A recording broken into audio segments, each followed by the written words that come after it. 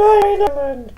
I had to do a speech yesterday in between the EastEnders, but the producers forgot to tell me, and I had too many baby shams and had a shit, and they forgot, and I was on the toilet all the way through it, and I had a bit of a dicky stomach, because Princess Harry, he made dinner, and they weren't so good, and I've been all asunder for too long off the hour.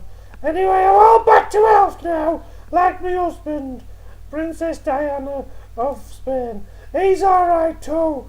He's feeling alright since he's had some stilts put into his heart passages, and he's all happy. And it was quite good because he was quite content because one of them was a Greek doctor, and it didn't feel like using his Tourette's that day.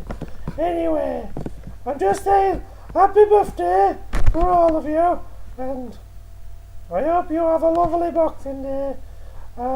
We're going to be out playing football today, in memory of footballers everywhere. And I'm going to go in goal.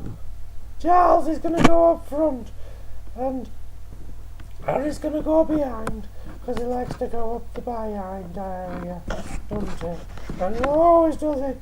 Every year he'll trip one person up or something like that. I think it's the competitiveness of his father in him, whoever he is. Anyway, you take care! This is my red hat today because it's Boxing Day, innit? My red scarf hat. Yesterday were black and white, today is red and white. Tomorrow I might even draw one for you, and then you can see one in mauve and white. Alright, anyway, you have a lovely day. I'm going to go back to the toilet for a shit. Take care, love and bye, kisses and all that. But no, Kate, you're not coming on yet, you're not queen yet, you little bastard. See you, bye, love you, bye, take care, bye.